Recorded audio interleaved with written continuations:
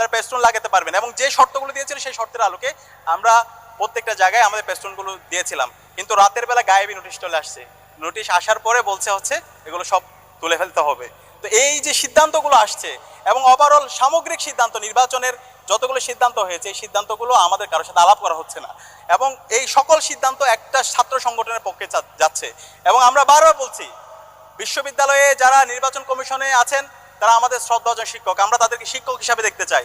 কিন্তু তাদের যে রাজনৈতিক আদর্শ, সেই আদর্শটাকে যদি তারা তাদের একটা ছাত্র সংগঠনকে ফেভার করতে যায় তাহলে তারা শিক্ষার্থীদের বিপক্ষে অবস্থান নেবে।